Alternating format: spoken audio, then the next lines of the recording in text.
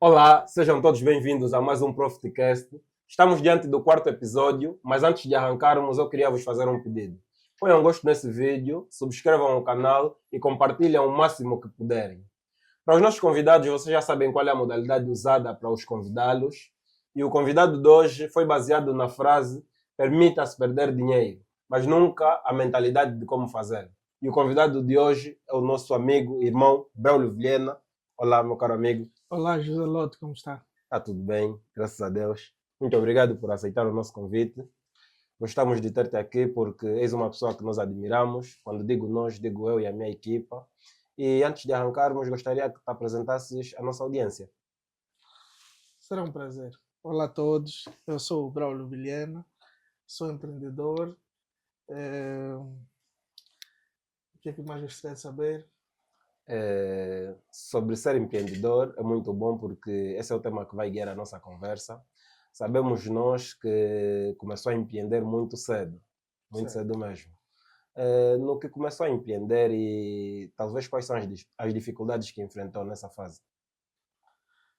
Olha, dizer que realmente eu comecei a empreender muito cedo. Digo eu comecei a empreender não por necessidade, mas por curiosidade e o sentimento de querer ter uma liberdade muito cedo. Então, fora do empreendedorismo, eu comecei a trabalhar também muito cedo. Foi, foi essas atividades que me abriram a mente, deram visão para aquilo que seria o mundo.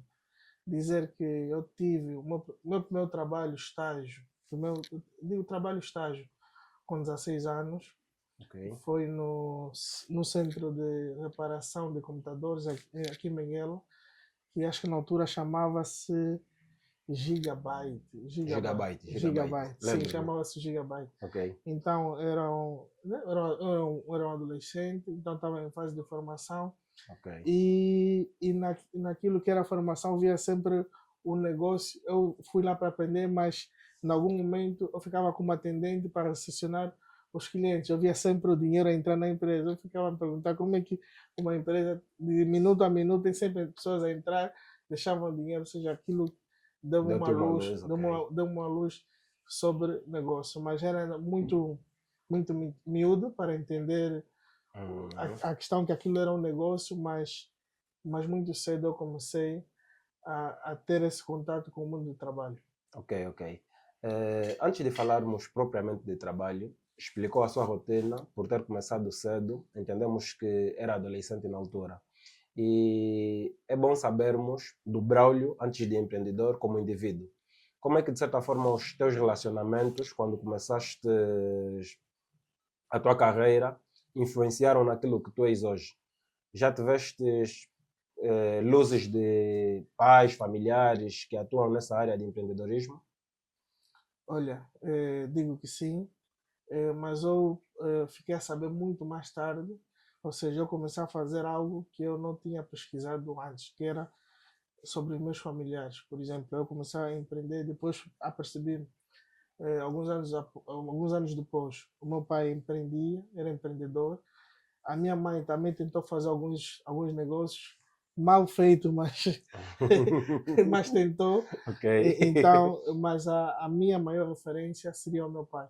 Ok. O meu pai sempre, a vida toda sempre foi um funcionário público, mas ele tinha os dois mundos, era funcionário público e também empreendia. Também já fez vários negócios, alguns mal sucedidos como tudo, outros bem sucedidos, ou seja, indiretamente eu tinha uma referência que era o meu pai, E a ou tua mãe que seja, tentou. e a minha mãe que tentou ser, era uma gene que já estava Uhum. dentro de mim, mas eu ainda não sabia. Ok, Fui ok. descobrindo mais tarde. Ok. E tu não passaste pela dificuldade que muitos empreendedores no princípio passam, que é a rejeição dos pais naquilo que é o caminho do empreendedorismo? Isso é inevitável. Isso é inevitável porque até hoje estamos a falar de 2025, ainda tenho conversas com a minha mãe sobre a questão do empreendedorismo. É que eu vejo que os nossos pais ainda não estão preparados de ver que o empreendedorismo também é uma profissão hoje em dia. Certo. Ou seja, porque você tem que sair de cá, tens que trabalhar, só que é um trabalho autônomo.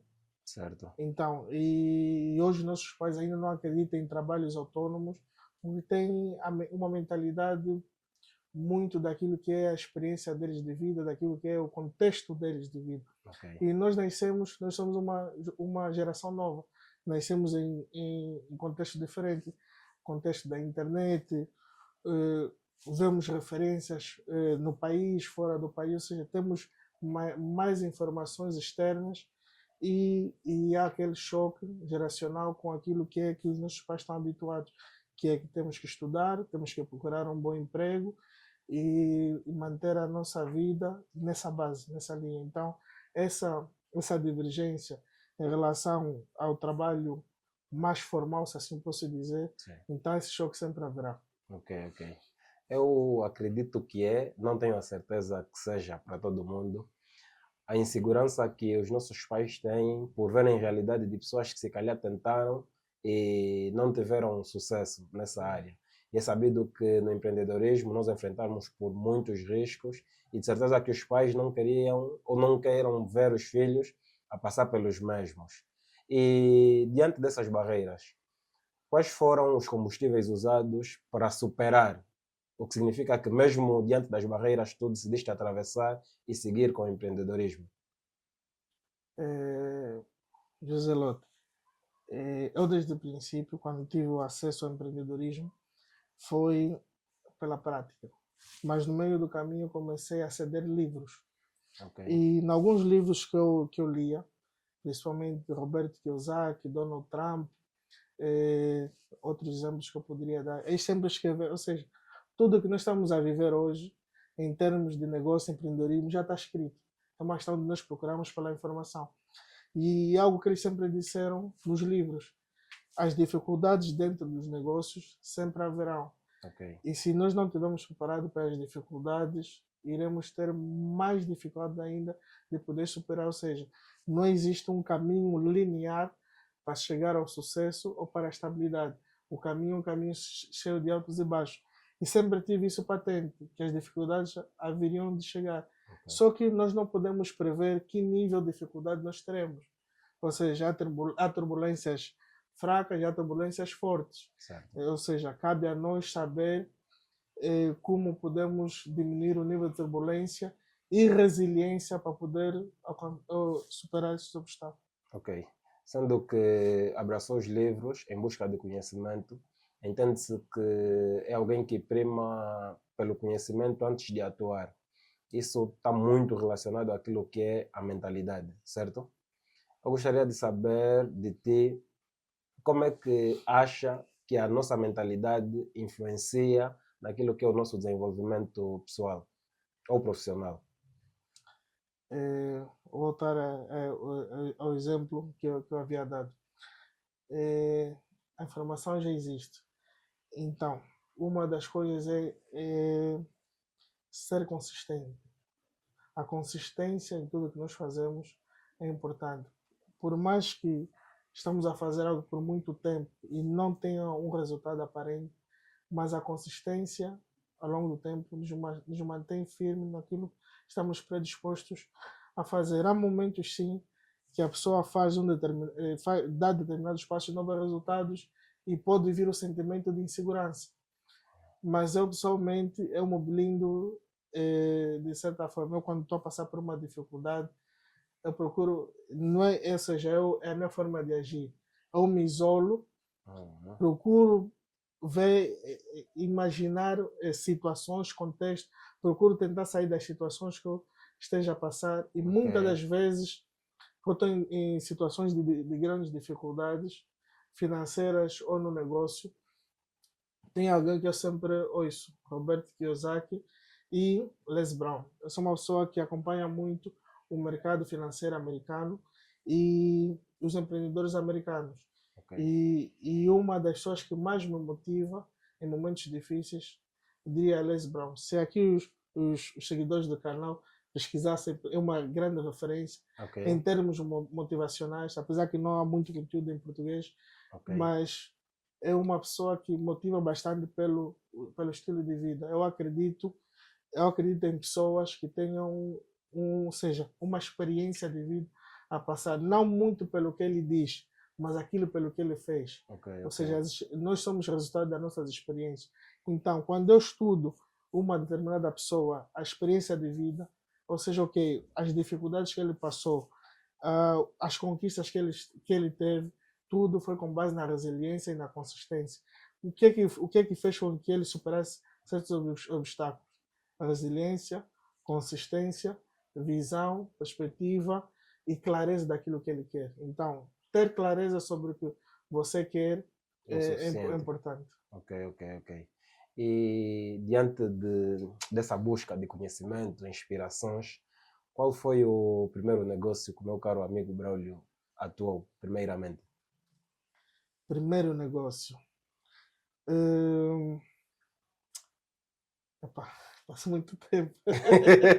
Queremos ouvir. Passa muito tempo. Eu acredito, um dos primeiros negócios que eu fiz foi quando eu estava no ensino médio. Acho que já estamos a falar aproximadamente 10, 11 anos para cá. 12 anos. 12 anos, né? Uhum. 12 anos. Foi com os meus colegas de ensino médio. Estávamos em época de transição para o 12º ano e havia uma necessidade de nós termos que fazer impressões de nossos projetos de final do curso. E naquela altura, as pessoas diziam que quem tivesse uma impressora seria melhor porque íamos imprimir bastante projeto por causa do curso por causa do final do curso. Uhum. Eu analisei que nós na turma ninguém tinha impressora para fazer aquelas impressões. E eu pesquisei o preço da impressora na altura, era 36 mil quase.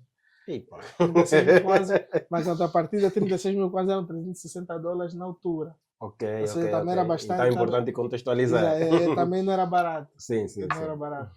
Certo. Eu conversei com os meus pais na possibilidade de se adquirir essa impressora e que eu poderia rentabilizar a impressora, ou seja, se eles me pagassem a impressora, não precisar de ter os custos futuros, que era a questão de comprar cartuchos, comprar folha, porque eu ia rentabilizar a impressora com os meus colegas. Ok. E assim concordaram, eu comprei a impressora, passei a informação aos meus colegas e daí comecei a imprimir os projetos dos colegas e acredito que foi um dos primeiros negócios que eu tive. E foi um dos negócios mais lucrativos que eu tive para aquele contexto. Ok, que bom, que bom. E aí, tu já tinhas a luz de que é por esse caminho que eu quero seguir? Olha, aí quando eu tive os primeiros lucros, eu tive a noção o que é lucro. Ok, O que é ok. lucro? O lucro é a multiplicação de resultados de forma infinita. Porque se há uma procura e há pouca oferta, logo você atrai Clientes, clientes. demanda. José Lato, vou lhe dizer, eu chegava a um ponto, eu tinha tantos clientes na minha casa que eu tinha que dizer aos clientes que eu vou ao quarto de banho, afinal era para contar dinheiro. Porque eu recebia para não contar à frente deles todos. Eu chegava no quarto da minha casa, contava, senão não era possível. Ou seja, eu diariamente fazia 2 a 3 vezes o valor da impressora com os lucros arrecadados, ou seja, e começou a me criar uma luz. Afinal, o negócio é bom. Ok, É ok. bom. Com um investimento desse, eu estou a tirar 10, 15 ou 20 vezes. Ou seja, não é o número de retorno, não o padrão, ou seja, é infinito. Ou seja, Ok, ok. são números infinitos. Então eu comecei a ter uma perspectiva. O negócio afinal não é tão mal assim. Ok. E me chamou a atenção. Daí tanto que depois de terminar esse ciclo que eu fechei o ensino médio, o pico que era dos meus serviços decaiu. Ok. Ou seja, aí também comecei a entender sobre ciclos, porque o negócio também tem Tem ciclos. ciclos. Ou seja, começou com uma alta demanda Sim, e sim. depois começou a decair, mas queria uma curiosidade de saber como é que funciona essa questão do negócio. Depois o meu próximo passo foi fazer uma formação. O nome do curso era Como Iniciar um Negócio. Ok. Daí comecei a ter bases técnicas, começar a entender termos técnicos, saber o que é o negócio, saber o que é investimento, saber o que é um retorno, saber o que é um custo, saber o que é um lucro. E daí foi Ok. acho que Significa que foi uma busca de conhecimento para dirigir o negócio mais para o lado formal. certo. E depois de entender que esse negócio foi por água abaixo, como é que se reinventou? Epá, eu diria que sou uma pessoa que tenta procurar sempre fazer coisas diferentes. Eu sabia que desde o momento que eu saísse daquela instituição, eu teria dificuldade de conseguir novos clientes, porque eu não era uma pessoa ativa no meio, no ciclo de possíveis clientes. Então comecei a fazer conexões. Mesmo antes de sair, comecei a conversar com os professores. Lembro que na altura tinha um professor chamado. Como é que era? Acho que- só- Daniel Nascimento, Não, era o professor já falecido de de... foi de técnicas de construção técnicas, civil, o professor Nascimento. professor Nascimento. O professor Nascimento. Era uma pessoa muito aberta, então criei uma relação com o professor e eu sugiro ao professor, para estamos a sair, mas sei que o próximo ano as próximas turmas vão precisar do meu serviço. Então, o professor, sei que o professor também tem os seus negócios à parte, quando quer imprimir um projeto, o professor pode imprimir com um determinado desconto comigo e também sugerir o meu serviço nos próximos alunos. E assim foi. Mas mesmo assim a procura não era tanta, ou seja, o negócio teve mesmo já o seu declínio, aí então comecei a perceber a questão do ciclo. Daí depois esse ciclo desse negócio encerrou, então comecei a pesquisar outros tipos de negócios a se fazer para ver se voltava a rentabilidade. Ok, são esses outros tipos de negócio que eu quero ouvir. Epá, dizer que já fizemos pequenos negócios de tudo um pouco, eh, desde acessórios de telefones, venda de telefones, eh, reparação de telefones, reparação de computadores, eh, venda de perfumes. Ok.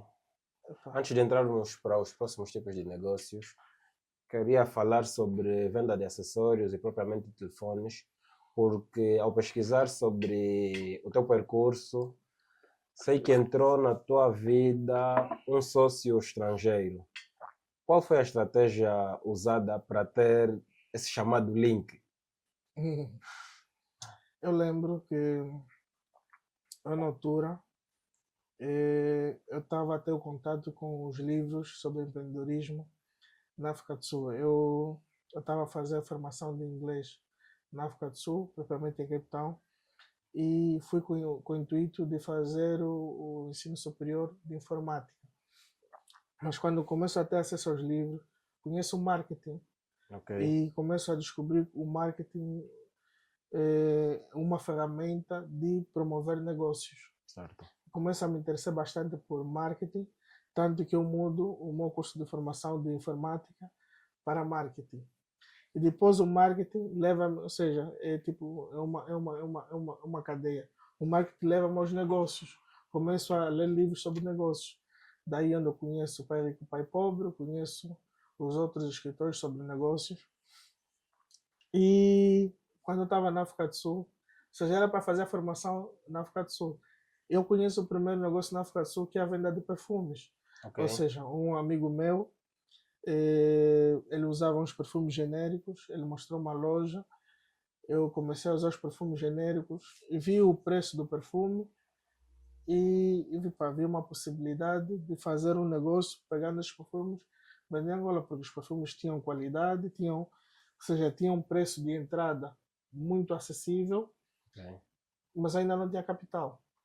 Não tinha capital, ou seja, identifiquei o negócio, precisava de capital. Como me capitalizar para esse negócio? Passou algum tempo, passando algum tempo, liga-me uma prima da Angola que ia passar férias na África do Sul e precisava de alguém que fosse o guia para ela na África do Sul. Eu me predispus a fazer esse papel a custo zero. Ela ficou uma semana na África do Sul, eu fazia tradução, eu mostrava-lhe a cidade e no final da sua estadia ela me gratificou com $100. Ok. E com os $100 era muito dinheiro naquela altura, para alguém que não estava a contar, $100, epá, disse, pá, de $100 tenho duas opções, vou gastar esse dinheiro, vou comprar roupa, vou fazer alguma coisa, ou, e lembrei-me daquela oportunidade de negócio para perfumes. Ok, E como ok. os perfumes eram de custo baixo, ou seja, o meu $100 eu podia começar o negócio. Acho que na altura só os $100 já cobria 20, 20 yeah, perfumes? 20 a 15 perfumes. Ok, E usei a mesma prima como portadora dos perfumes para Angola. ok. Então comprei esses 20 a 15 perfumes, entreguei a ela. Ela própria ajudou a vender, ou seja, ela deu dinheiro, ela trouxe o produto, ela vendeu o produto. E quando veio o retorno, acho que na altura já voltou com $300. Comecei com 100, Triplicou. já voltou 300, só meter de novo os 300, para daqui a pouco já tem $1.000. Eu disse, não, esse negócio está bom. Eu reinvisto. E sempre eu usava pessoas que iam de férias para ficar de Sul, eram 15 perfumes, 20, 30. Depois chegou um ponto que havia necessidade de levar caixa, já ninguém aceitava levar caixa. Ou seja, você já não tinha Já tinhas que portadores, lidar com já não alfândegas. tinha exportadores grátis, por Ok, causa da ok, quantidade. ok. Depois eu decido, pá, o meu negócio está a crescer, então eu preciso de começar já a viajar para levar os produtos. Daí, assim, como tem uma caixa, eu faço o esforço de fechar 2 caixas, fiz as contas, na altura também os preços de bilhetes, só para ter uma noção. Luanda, Cape Town, eram 60 mil kwanzas. Eita. Bons tempos. E de volta, você ia para ficar só com 60 mil kwanzas e de volta, mas também volta à questão que eram $600, Okay. ou seja, tudo é contextualizado, e aí Exato. eram 60 mil kwanzas. Eu faço a primeira viagem de Cape Town, eu já estava a estudar, já estava a fazer a faculdade, faço a primeira viagem durante as férias, de 2 semanas. Venho para Angola, trago os perfumes, deixo na responsabilidade de um amigo chamado China Ok, ok. para fazer a distribuição. Também levava algum tempo, porque eu fazia vendas a pronto e depois pagamento, então levava um determinado tempo para ser vendido. Um mês e meio. E depois os retornos voltavam para África do Sul. Então o negócio foi crescendo, 500, 600, $1.000, $1.500, até chegar a um ponto, só para ter noção, que eu tinha que vir tanto para Angola para trazer os perfumes, que a minha mãe duvidava se eu realmente estava a estudar e estava a pagar as propinas. Ok. Porque imagina, você tem um filho que está sempre a vir para Angola Um filho que saiu daqui para para estudar. estudar, mas eu só lhe mando dinheiro para ele, para as despesas deles e para pagar a propina. Mas como ele Onde é está que são sempre as a vir, passagens? um dia ela me questionou, ela me manda os comprovativos Da do escola. pagamento das propinas. Eu lhe mando, depois quando ela me faz esse texto, eu disse, não, minha mãe não está a acreditar que realmente o negócio é que está a me permitir fazer isso. Eu disse, mas vamos fazer uma coisa. Para de me mandar dinheiro, não precisas pagar mais no alojamento, nem a escola. Vou lhe mostrar que o meu negócio vai cobrir todos os custos. Ou seja, o primeiro ano a minha mãe cobriu o custo do curso de inglês e os meus custos na África do Sul no segundo ano. A partir do final do primeiro trimestre, a minha mãe parou de mandar dinheiro. Eu comecei a pagar todas as minhas despesas. Estamos a falar Ok. 2016. E despesas em dólar. Tudo pago com o negócio dos Dos perfumes. perfumes. E Ok. ainda assim mantinha o ciclo de viagens para Angola de forma constante. Ok. E aí ela viu que realmente, não, o negócio dele está a lhe manter. Estamos a falar de perfume. Acredito que é nesse momento que nasce a tua marca Só Fragrância, pois não? Um pouco mais para frente, porque na altura eu só vendia perfumes genéricos, não tinha Tinhas uma marca. não tinha uma marca. Ok. E daí eu conheço primeiro o meu sócio. Antes de existir essa fragrância, eu conheço o meu sócio. Ou seja, nessa questão de conhecimento e livros, eu conheço o Flávio Augusto da Silva. Não sei se conhece. Brasileiro. O brasileiro. Top. O brasileiro. Conhece algum livro de Flávio Augusto da Silva? Algum livro. Não tenho o título em mente, mas já vi alguns best-sellers. Temos que ler mais. Pode mencionar um, que eu vou ler novamente. Então, deixa essa dica. Pesquisa um pouco sobre os livros de Flávio Augusto da Silva. Ok. Geração de Valor. Geração de valores. Tem volume 1, volume 2. Acho que tem. Geração de Valores. O Flávio Augusto da Silva foi uma pessoa que muito me influenciou em certas decisões da minha vida. Só para ter uma noção, eu estava a levar o negócio e estava a levar a escola ao mesmo tempo. Mas enquanto a partir do negócio estava a correr bem, e os meus estudos eu quase que perdi o foco, porque o negócio me ocupava tanto tempo. Eu tinha que estar a viajar, tinha que estar a se preocupar com o fornecedor, tinha que estar a procurar forma de converter o dinheiro de Kwanza, ou seja, desviar-me aquilo do foco principal, que era os estudos, para o negócio.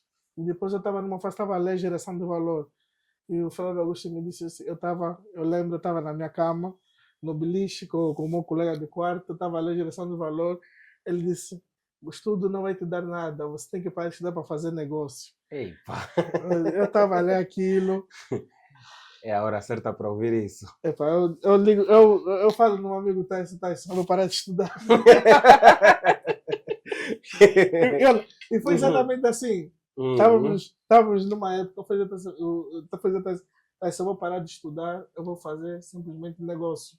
Porque o meu negócio está a crescer bastante, precisa da minha presença. E chegou uma altura que, quando a pessoa mandava os produtos para Angola, as contas já não batiam certo. Você mandava produto de uma determinada quantidade, os dinheiros já não voltavam de forma. Ou seja, os números estavam a crescer, mas também as dificuldades também estavam a crescer. Okay. Exigia uma presença 100% no negócio. Okay. E depois veio a influência dos coaches de empreendedorismo, que é sobre as decisões. Então, a partir daí, eu disse: não, vou parar de estudar, vou interromper meus estudos, vou me focar 100% no negócio. É quando o dinheiro entra no meio, pá, é complicado. E foi mesmo assim. Eu disse: vou parar de estudar. Fiquei a analisar aquele dia todo.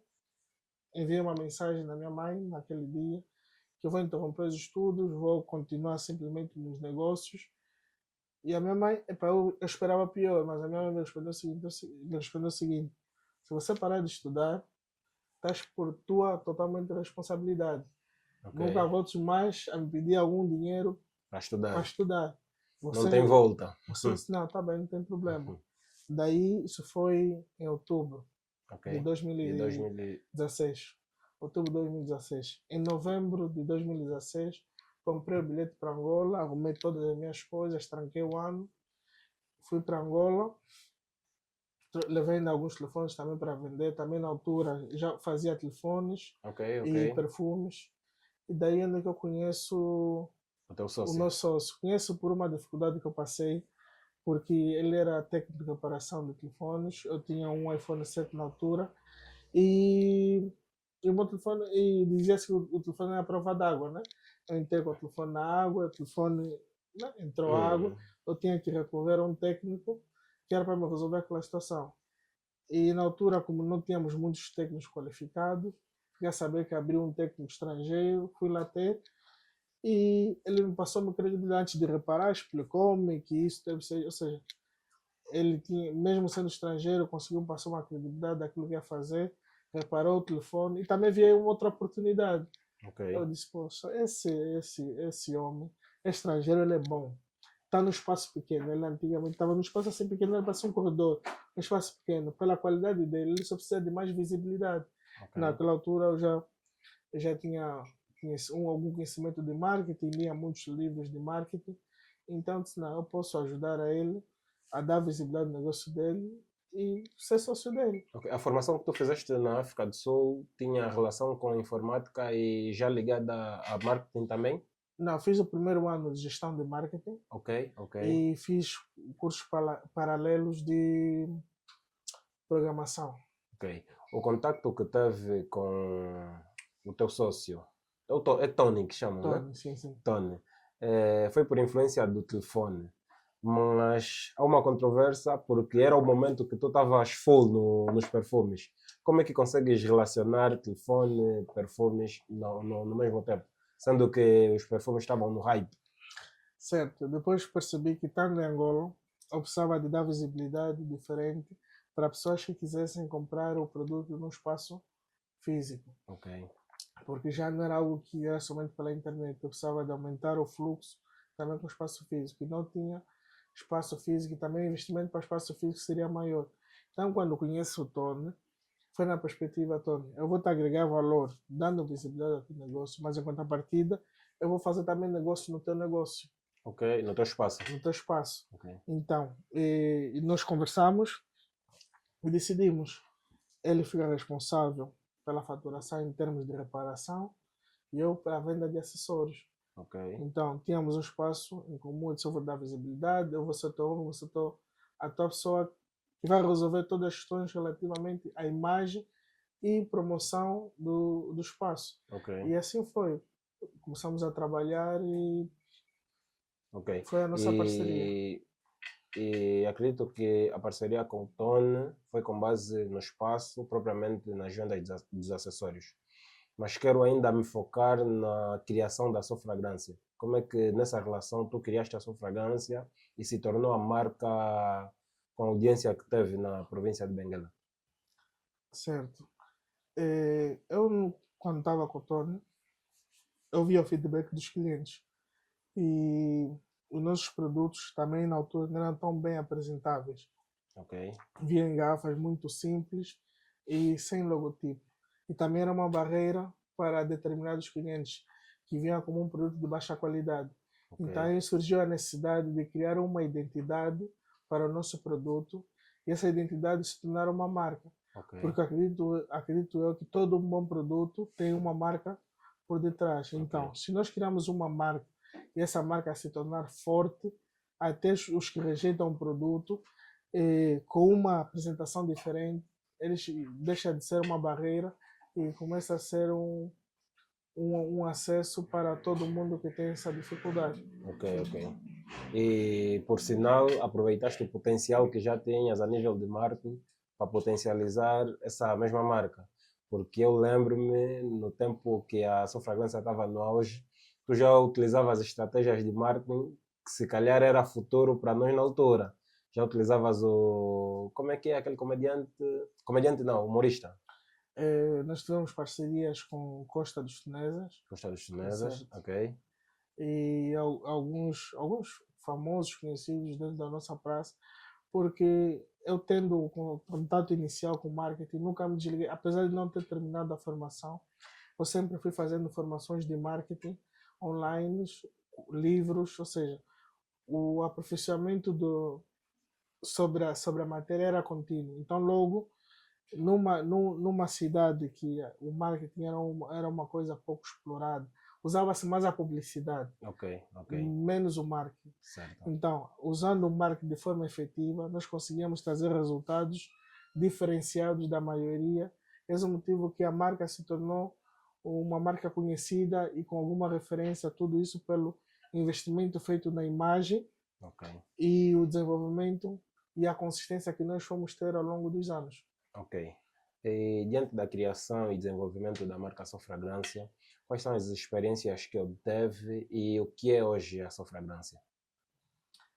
Aprendi bastante com as dificuldades, né, não é só de dificuldades que vive o negócio, Sim. com os benefícios que a marca trouxe. A marca trouxe benefícios, trouxe visibilidade ao empresário que estava por detrás, ao empreendedor que estava por detrás da marca, abriu certas portas, diria eu, mais convites começaram a ser feitos à marca, ao empresário, ou seja, esse é um potencial, a ser explorado. Ok. Em termos de dificuldades, diria eu que a primeira dificuldade que nós tivemos foi no ato da abertura da loja, porque nós vendíamos os perfumes antes de ter a loja. Só no momento que nós abrimos a loja, os perfumes são importados da África do Sul.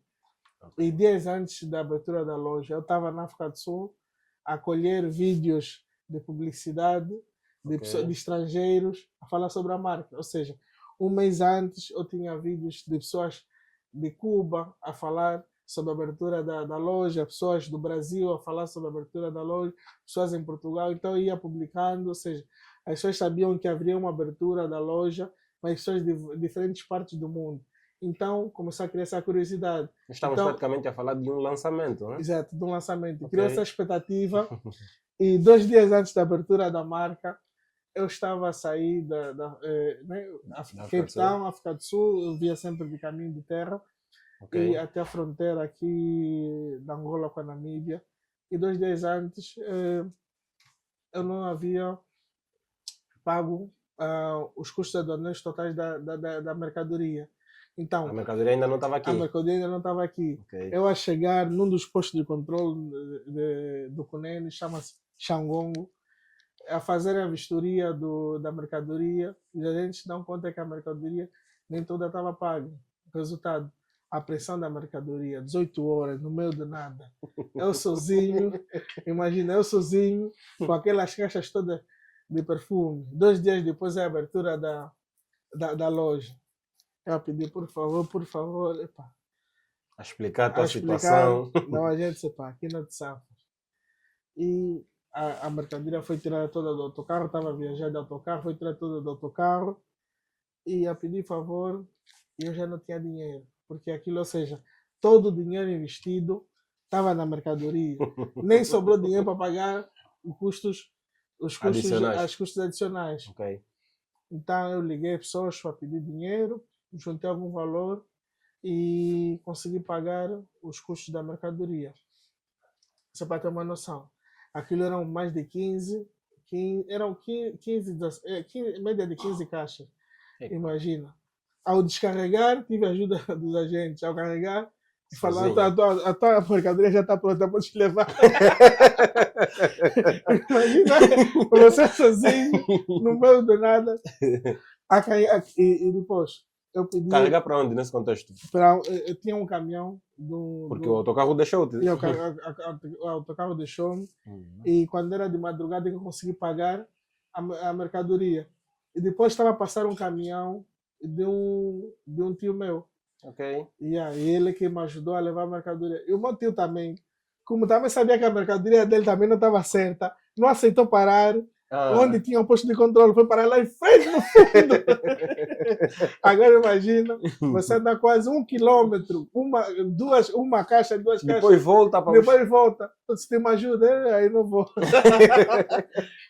Então eu carrego as caixas, tá, tudo bem. Carregamos, o caminhão até não estava a conduzir para o meu tio, era pelo motorista dele. E eu fiquei na parte de trás. E à frente estava o motorista e a sua namorada. Tava aí. Andamos, 2 horas, o carro parou. Eu já estava cansado, acordei. O motorista foi ver, o caminhão avariou. Só andamos 2 horas, o caminhão avariou. Não, eles começaram o motorista, vamos ligar a lanterna. Acho que não, pelo contrário, o motorista não tem pressa. Você tem que abrir a loja. Eu tenho que abrir. O motorista, não, isso não avariou, aqui está escuro, vamos esperar amanhecer. Eu disse, é agora que são eles. Só o fogo do empreendedorismo para te salvar dessa. Epa, e o motorista ele ainda diz mais. Epa, aqui não vamos conseguir fazer nada, temos que dormir de manhã cedo a me resolver. Mas eu, como estou com a minha namorada aqui, você não pode dormir aqui dentro. Vamos lá fora, vê um sítio para vocês dormirem. Epa, eu e o ajudante saímos, deixamos do caminhão, fomos aí ao relento procurar um sítio só para encostar. Para passar. Até nem consegui dormir, eu fiquei a noite toda acordado, né? Porque estávamos ao relento. De manhã cedo, já amanheceu, então o motorista vai já ver formas de reparar o caminhão. Mas eu disse, não, agora vamos procurar carvão, vamos cozinhar. 6 horas. Eu disse assim, aqui, esse vai me atrasar a abertura da loja. Só que depois passa outros caminhões, eu peço para parar, peço ajuda, explico a situação, pago mais um valor, então faço o transporte da mercadoria para o novo caminhão e assim sigo o caminho rumo a Benguela. Chego a Benguela rápido, faço a contagem da mercadoria, que já não estava certo, algumas coisas se partir, porque era vários transbordos. Então fizemos a arrumação da loja e a seguir fizemos a abertura da loja, que foi a Sofragância, foi em 2017. Ok. Por acaso eu estava na inauguração e foi muito bom. E foi prazeroso ver um amigo, irmão, a realizar aquilo que era o seu projeto. Explicou muito bem sobre o percurso da criação da sua fragrância. Notamos que foi um sucesso. Mas queria trazê-lo para aquilo que é a realidade da nossa conversa, baseada na frase: permita-se perder dinheiro, mas nunca a mentalidade de como fazê-lo. Como é que, de certa forma, essa frase se reflete na tua vida, mas falando propriamente de perder dinheiro? Como passou por isso e, diante dessa dificuldade, quais são as estratégias que usou para atravessar? Deixa começar que perder dinheiro nunca é bom. Perder dinheiro Yeah. nunca é bom, mas é um caminho inevitável para o conhecimento. Ok. Porque as nossas experiências nos levam a resultados positivos e E negativos. negativos. Logo, conhecendo o caminho do lado esquerdo e do lado direito, conhecendo os dois lados, é aquilo que chamamos ou seja, tendo a experiência dos dois lados, vai nos trazer aquilo que é o conhecimento. Ok, ok. Exato. Então, com base nas experiências vividas, tornei-me mais aberto a novos negócios. Ok. Então, fui pesquisando novos negócios, porque eu achava que já tinha o domínio dos negócios que eu fazia, Ok. então quis mais abertura, queria fazer coisas diferentes, coisas novas. Daí que eu conheci o Forex. Não desistindo da sua fragrância, Não, mas abraçando um novo negócio. exato. Eu queria fazer um negócio paralelo, Ok, e um negócio ok. que também não exigia a minha presença de forma Full constante. time, ok. Constante, certo. Yeah. Então conheci o negócio do Forex, pesquisei um pouco sobre o negócio, mas infelizmente eu tive contato com pessoas que realmente não mostravam o verdadeiro o verdadeiro cerne do negócio. Eles mostravam simplesmente um lado, que são os lados dos ganhos. E Ok. nunca mostravam o lado das perdas, ou seja, existia duas faces do negócio e Mas tu só olhavas uma. só existiam os ganhos. E eu fui atraído, infelizmente, pelos ganhos. Ok. Então, mas nem por isso eu procurei sempre o conhecimento, mantive contato com um jovem que fazia um negócio na altura, era um jovem namibiano, e ele se predispôs a ensinar-me o conteúdo relativamente a esse negócio. Ok. E pelos lucros que ele apresentava na internet, me atraiu, Ok, ok. porque eram bons lucros. Então eu disse, pá, se eu conseguir aprender essa nova faceta desse negócio, poderia ter resultados maiores em termos de lucratividade. Ok. Daí eu investi, eu fui para a Namíbia, isto foi em 2020, fui para a Ok. Namíbia, fiquei um mês na Namíbia com o objetivo de aprender este novo negócio.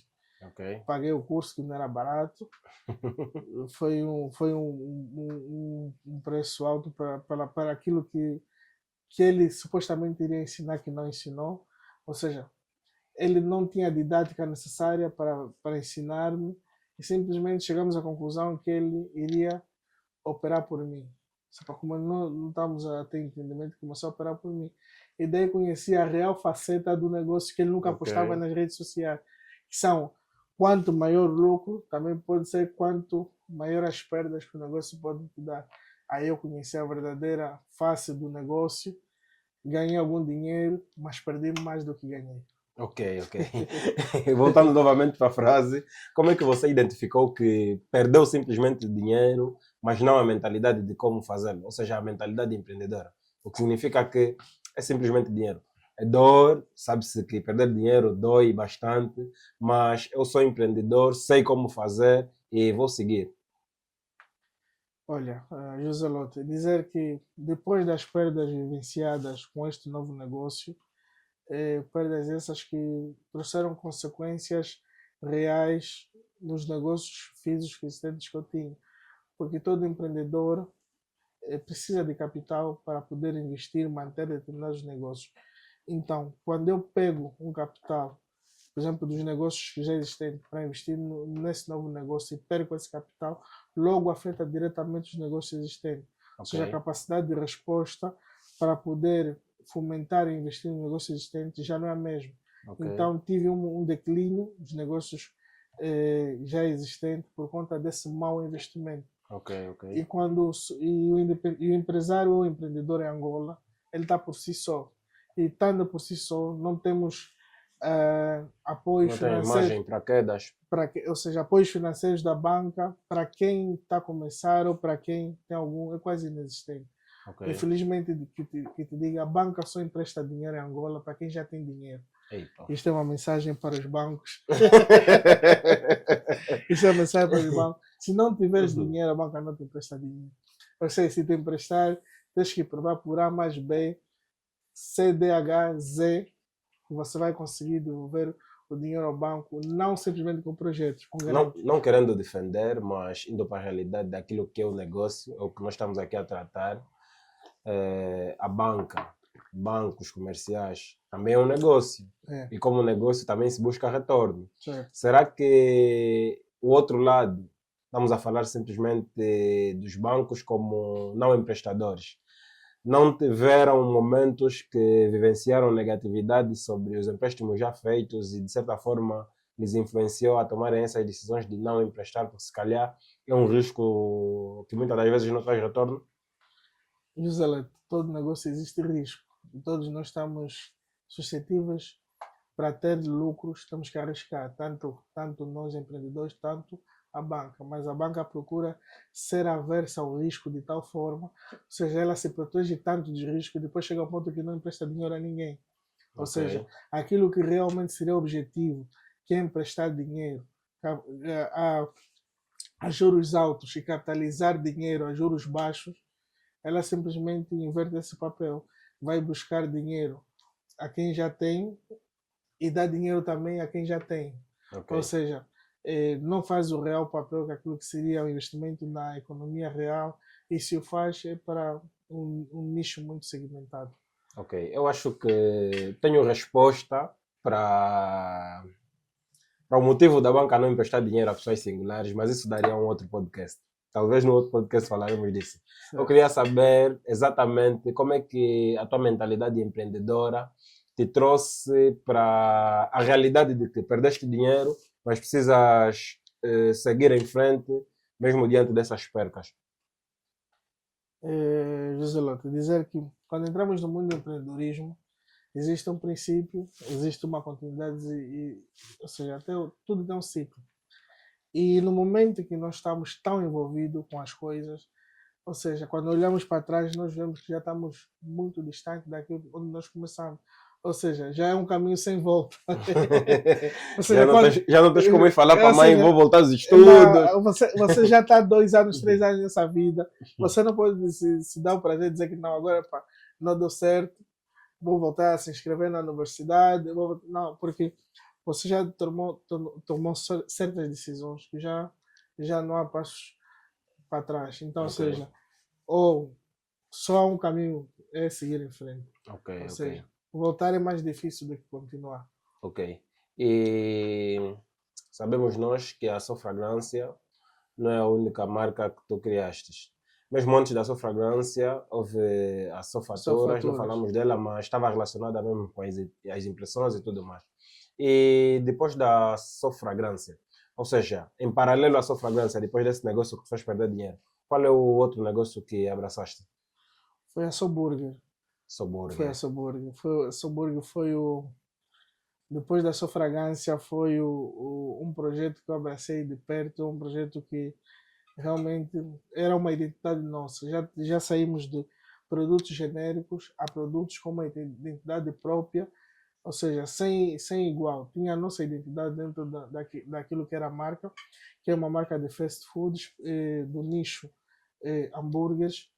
E a Subway cresce ou nasce de uma necessidade nossa como consumidores. Nós, eu digo nossa, eu e a minha esposa, nós gostávamos bastante de hambúrgueres Ok, e éramos consumidores de hambúrgueres locais. ok. Então, identificamos certas lacunas dentro do negócio de determinadas pessoas que nos tinham como cliente, e daí surge a necessidade de nós começarmos a fazer hambúrguer para nós mesmos. Ok, Então, ok. quando nós experimentamos hambúrgueres locais, hambúrgueres no exterior, ou seja, paladares diferentes, então criamos a nossa própria identidade, começamos a fazer hambúrguer para nós, e experimentamos numa altura que estava a entrar o Covid, e os negócios físicos tinham que fechar obrigatoriamente, então nós precisávamos de uma alternativa financeira para podermos estarmos em casa e nos manter. Nós estamos diante de uma realidade realmente empreendedora. Identificou o problema diante do contexto e criou a solução. Pode dar continuidade nessa criação. Certo. Nós experimentávamos os produtos para nós e era bom para o nosso paladar. Então, como todo produto tem que ter o teste, tem que haver essa aprovação. Nós pegamos alguns exemplos, mandávamos para pessoas próximas, iam testando, davam o seu feedback, os seus contributos, nós fazíamos os acertos. E num dia desse eu digo para minha esposa, amor, vamos fazer uma publicidade, vamos começar a comercializar hambúrguer. Começamos a vender hambúrguer mesmo em casa, com 2 chapas, chapas normais, mas com estilo grelhador, ou seja, sem condições. Nós começamos com o que tínhamos. Compramos pão, compramos todos os ingredientes, começamos com o que tínhamos, lançamos as publicidades no Instagram, no WhatsApp, nas redes sociais nos canais de comunicação que nós usávamos. Eu acredito que diante do teu percurso, o que mais trouxe relevância para as tuas marcas foram os conhecimentos que tu tinhas sobre o marketing. Certo. Porque todas as marcas criadas utilizaram esse canal ou essa ferramenta para potencializar. E a Soburger, acredito que foi uma das marcas que também teve muita visibilidade na província de Benguela. Ainda mais sendo que é uma marca que vem na província de Benguela no momento em que havia Covid e tal, como disseste, e vocês trabalharam praticamente de forma arriscada, não?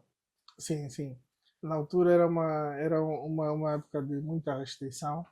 As pessoas tinham uma restrição em termos de circulação, em termos de venda de produtos. Então, nós fazíamos os produtos a partir de casa e só fazíamos entrega. O sistema de entrega funcionou bastante, porque as pessoas não podiam se deslocar, mas as pessoas precisavam dos serviços. Então, investimos na altura, com o capital que tínhamos, em motorizadas para fazer o serviço de entrega. Investimos numa cozinha semi-industrial que atendesse às necessidades mínimas.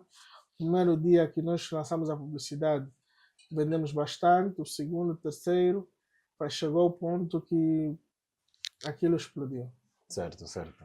E diante dessa realidade de Soburger, estendeu-se depois para Luanda, certo? Certo. Como é que foi a realidade de transação de uma província que já tinhas a experiência de como lidar com os seus clientes e buscar uma nova realidade? Já tinhas a mentalidade, já tens a mentalidade de empreendedor, e a mentalidade de empreendedor é identificar problema e trazer as soluções. Quais são os problemas que naquela outra realidade tu identificaste e sabias que como empreendedor superarias? Olha, nós estávamos já bem posicionados no mercado de Benguela, e chegou um ponto que nós crescemos tanto e depois estagnamos, ou seja, precisávamos escalar. Já não havia mercado para nós para poder escalar localmente, então precisávamos expandir. E havia 2 possibilidades: ou expandirmos para o Lubito, que era um município a seguir, que existia mesmo um número populacional que o nosso, ou aproximado, ou mudaríamos ou abriríamos na capital.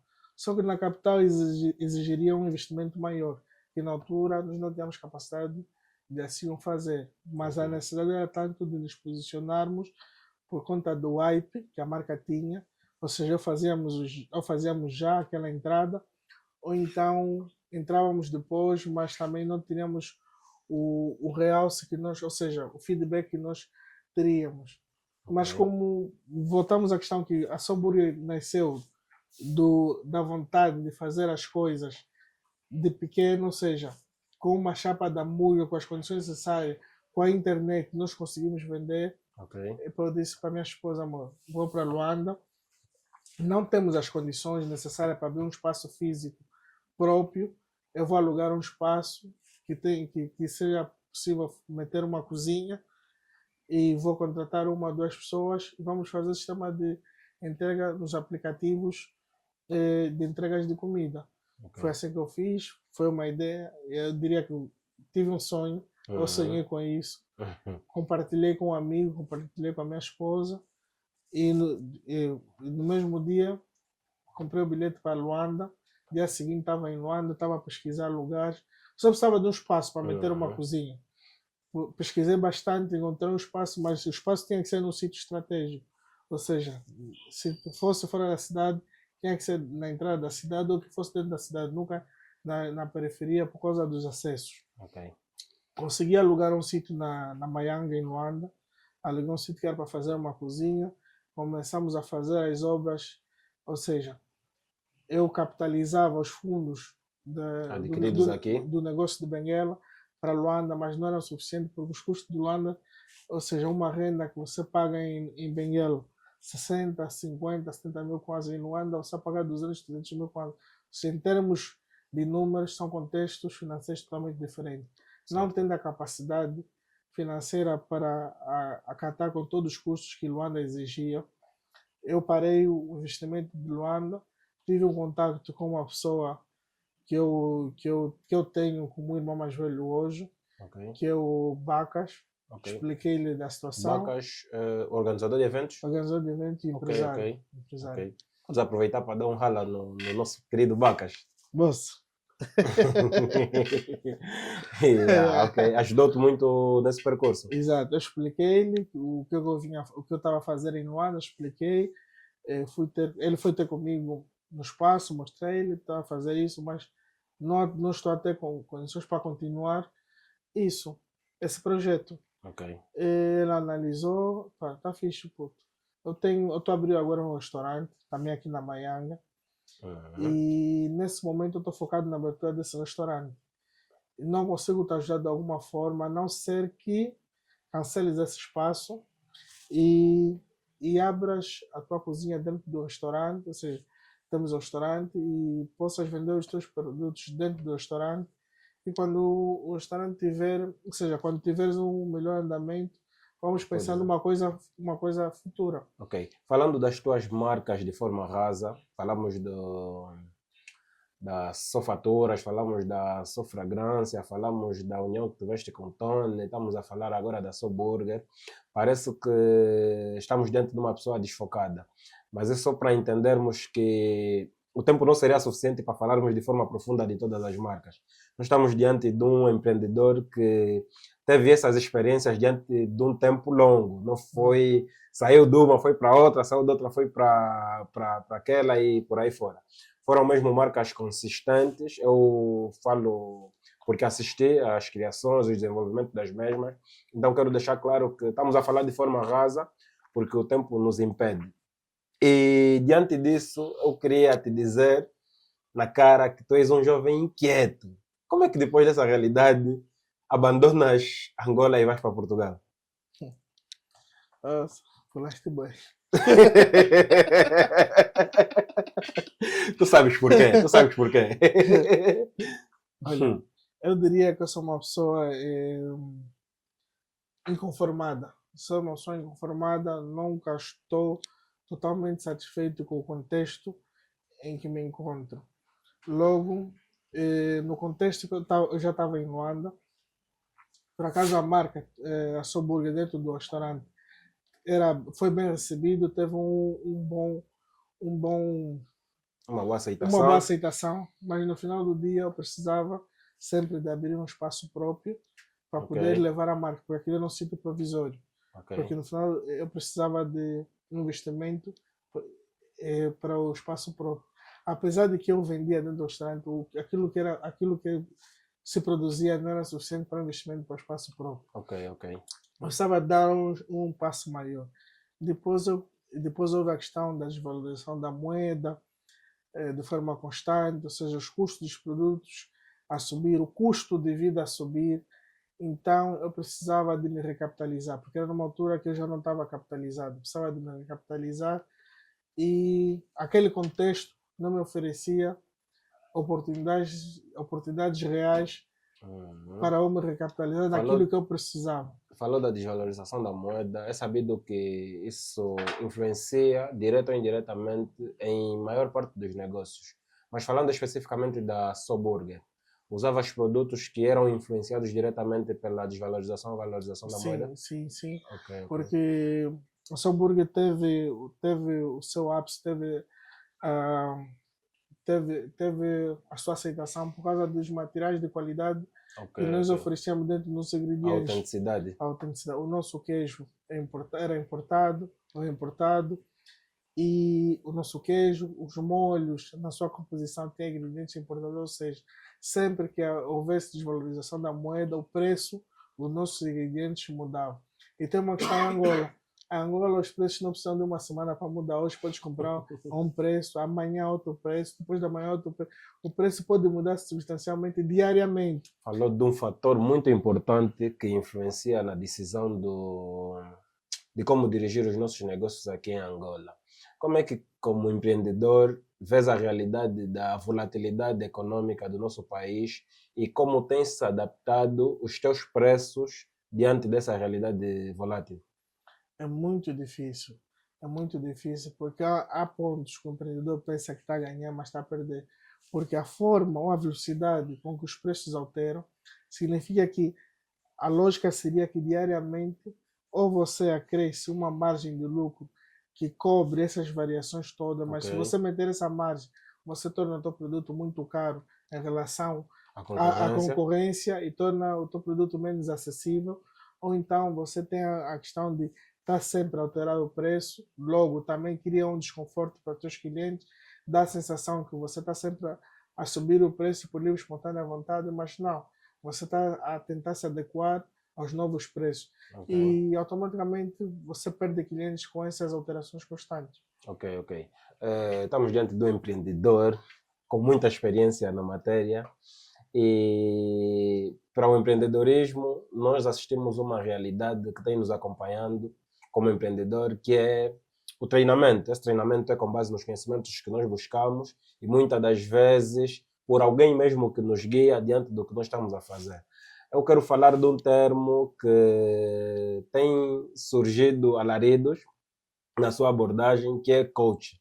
Qual é a tua visão diante de uma situação como um coach para a tua vida ou para a vida de qualquer outro profissional? Olha, o coach, eu acredito nos coaches, primeiro para dizer aqui desses coaches, desde que tenham uma história e tenham um perfil para tal. Por exemplo, o que nós temos vindo a visualizar nos últimos dias é que existem muitas pessoas a fazerem formação de coach, a serem coaches, mas não têm experiência, não têm vivência daquilo que eles ensinam. Ou seja, eu disse no princípio da entrevista, eu sigo muitos empreendedores, empresários americanos, mas não muito pelo que eles dizem, mas pela história de vida. Ou seja, nós somos resultados daquilo que vivemos. Eu não posso seguir uma pessoa simplesmente pelo que ele fala, mas as experiências falam mais que tudo. É Então, sabido que a experiência é importante, mas estamos diante de uma realidade definida pelo termo coach. E se traduzirmos, coach significa mesmo treinador. E será que o treinador precisa jogar ou precisa ter jogado para ensinar as táticas de como jogar? se existe, Era melhor se passasse por isso, mas é necessário que passe para que possa ensinar? a vida é feita de experiência, não de falácias. Então, existem muitos coaches que pregam coisas que eles não vivenciam, pregam coisas que eles não têm noção daquilo que eles dizem. Ou seja, temos que diferenciar o trigo O do joio? joio. Existe. Coaches existem, muitos, mas uns são ou seja, Como chamam vendedores de cursos? uns são vendedores de sonho, outros vendem experiências de vida. Ou seja, nós queremos seguir pessoas que tenham resultados, pessoas que Mas o que viveram vem de as mesmas. experiência de vida, ou o que viveu, o que ensina, não é definido como mentor? Não tem diferença entre mentor e coach? Acho que é uma diferença tênue. É uma Uhum. diferença tênue entre o mentor e o coach. Mas o Eu acho que o mentor, mentor precisa ter vivido para passar para quem o, mentora, men- o, mas o men- coach não o, precisa necessariamente ter vivido, o mas mentor está conhece mais as táticas para resolver os problemas daquela realidade. o mentor tá mais virado porque depois das experiências vem a sabedoria. O mentor é mais para o lado da sabedoria. Ele vai te dizer, mano, não precisas passar por aqui, passa por aqui, porque essa experiência eu já vivi, eu sei como é que é o resultado dessa experiência. Ok. O coach é aquele que te motiva a continuar, te tira de momentos de depressão, te tira de momentos de baixa produtividade e eleva o teu astral. Ok. Mas para o fazer, tem que ter resultados. Eu acredito muito em resultados. Ou seja, não podemos pregar coisas que nós não praticamos e esperamos que as pessoas se baseiem simplesmente naquilo no que lhes dizem. Porque existe também os coaches motivacionais e os coaches financeiros e também isso tudo também está interligado aos coaches financeiros que ensinam como fazer dinheiro, mas não explicam como é conseguiram dinheiro. Tu acreditas que é impossível alguém que faça realmente dinheiro se disponibilize para ensinar outras pessoas a fazer? Ou seja, existem princípios básicos, mas na verdade os caminhos que nós seguimos, muitas das vezes os empreendedores são seguidos por intuição e visão. Por isso é que há pessoas que acreditam em há empresários que acreditam em determinados negócios, há outros que não. Há uns acreditam que serão ricos vendendo telefones, outros acreditam que vão ser ricos vendendo cursos, outros produtos, outros serviços, ou seja, cada um segue aquilo que acredita. Então, é, isto é isto é facultativo. Vou respeitar a tua opinião, para não nos prolongarmos. Vamos falar então da tua realidade da mudança da Angola para Portugal. O que é que te motivou a ir para Portugal e qual é a realidade que vives hoje em Portugal, sendo que viveste uma experiência muito abrangente aqui no país Angola, estás agora em Portugal, conheceste uma nova realidade. Quais são as tuas atividades atualmente? Mas antes disso, explica-nos como é que saíste daqui para lá. Certo. Como havia dito, havia uma necessidade de eu me recapitalizar, Ok. porque eu estava num momento que, em termos financeiros, estava a zero. Eu de uma oportunidade diferente, daquilo que Estavas eu no já... break-even ou abaixo disso? Não, eu estava no coisa, estava no abaixo do break-even. Ei! Abaixo do break-even. Estava abaixo do break-even. Ok. Então eu precisava urgentemente passar por uma realidade diferente. Precisava de viver novas, ou seja, eu conhecia um lado da moeda, Uhum. que era Angola. E eu pesquisava muito sobre o outro lado da moeda, que era Portugal. Uhum. Eu tenho que chegar para lá e vivenciar Portugal com o meu ponto de vista, não com o ponto de vista das outras pessoas. Porque eu tenho vários exemplos. Tenho pessoas que foram para lá e não conseguiram, voltaram. Tenho Uhum. exemplo de pessoas que foram para lá ficaram bem sucedidas, ou seja, agora eu precisava do meu ponto de vista. Ok. Eu sou uma pessoa que digo que experimentar não tenho nada a perder. Ok. Pelo contrário, quando voltar a ter que tomar alguma decisão, eu consigo ter Clareza. uma clareza em que caminho perseguir, porque eu já tenho a experiência necessária. Ok. Sem medo, destemido, comecei a me preparar para mudar essa realidade. Tratei o visto, comprei o bilhete de passagem com muito esforço. Fui para Portugal, em Portugal, me legalizei, tratei os documentos necessários para estar legal. O meu primeiro trabalho foi numa fábrica.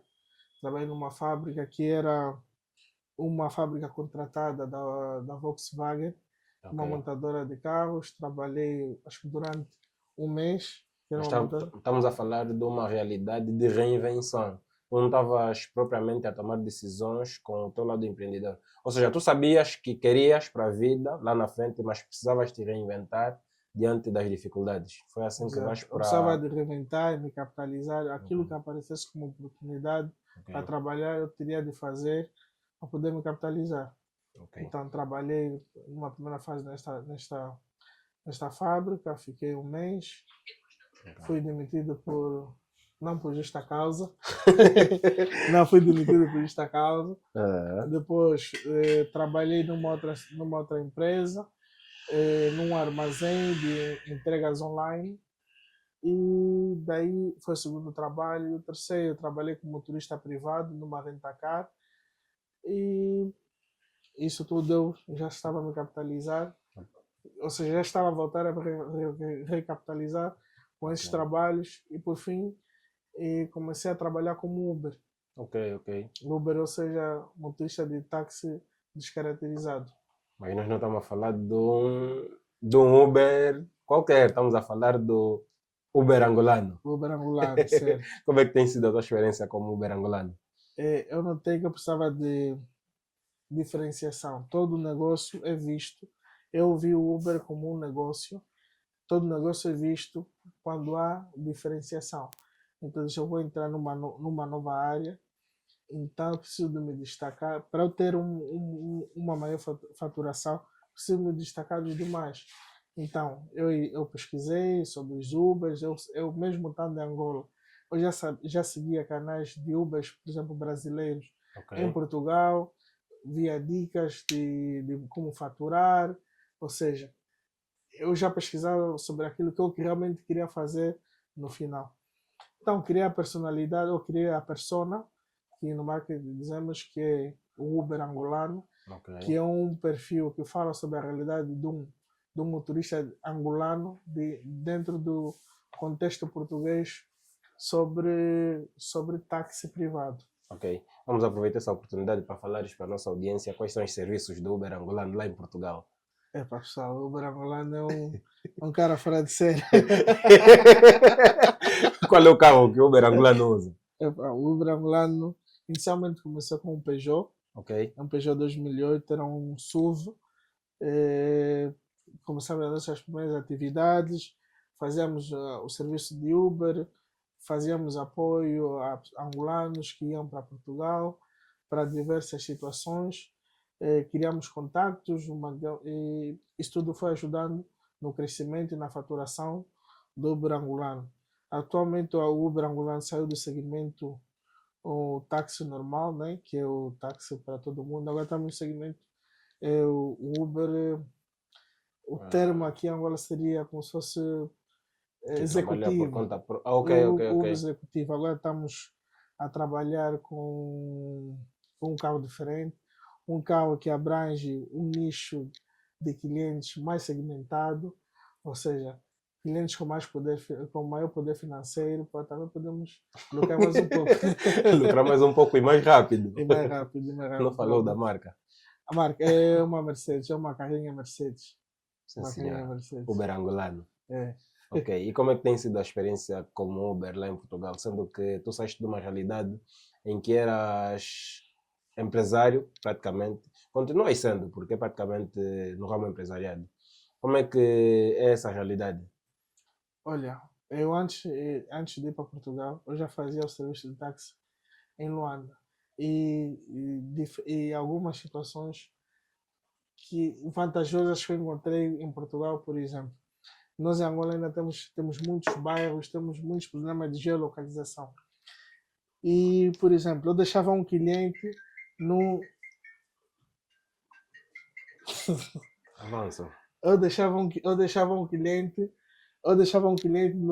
dentro de um bairro, por exemplo, 23 horas, eh, no meio do nada, ruas sem acesso, cheio de casas interligadas, ou seja, a questão da geolocalização. Temos muitos bairros periféricos aqui em Angola, então Que não o ajuda no qual desenvolvimento não dessa. ajuda para o serviço de táxi, é mais caro para o motorista aceder à localização dos clientes, sair da zona dos clientes, ou seja, o táxi aqui é mais barato em termos de faturação e a dificuldade é maior, fatura-se muito menos aqui.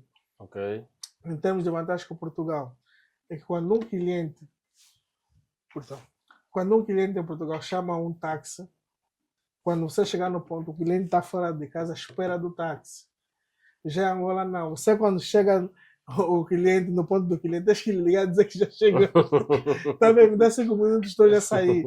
Ou seja, pequenos detalhes fazem a diferença toda, porque o motorista ou o taxista trabalha com tempo.